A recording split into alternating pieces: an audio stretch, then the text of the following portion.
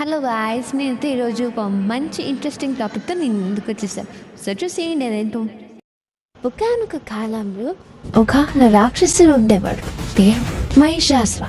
మహిషాసుర ఒక ఘోర తపస్సు చేయడంతో బ్రహ్మదేవుడు ఒక వరాన్ని ప్రసాదిస్తాడు. ఆ వరమే ఏ పురుషుడు కూడా నిన్ను చంపలేడు అని.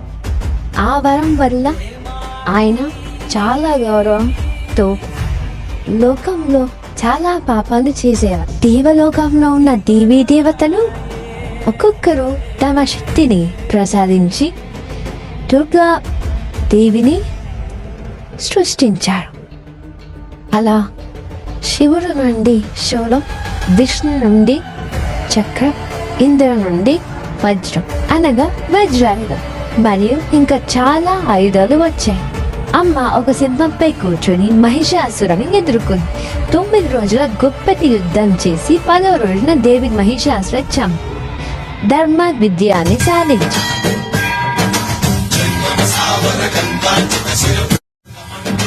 ఆ రోజును విజయదశమి అని పిలుస్తారు.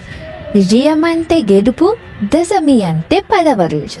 ఈ రోజు మనకి నేర్పింది ఏంటంటే, మనలో ఉన్న మహిషాసుర ద్వేషం, కోపం, అహంకారాన్ని గెలవడానికి శక్తిని పొందాలి.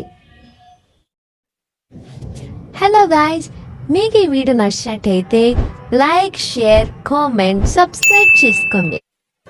ఇంకా ఏ స్టోరీ చెప్పాలో కింద కామెంట్ చేయండి.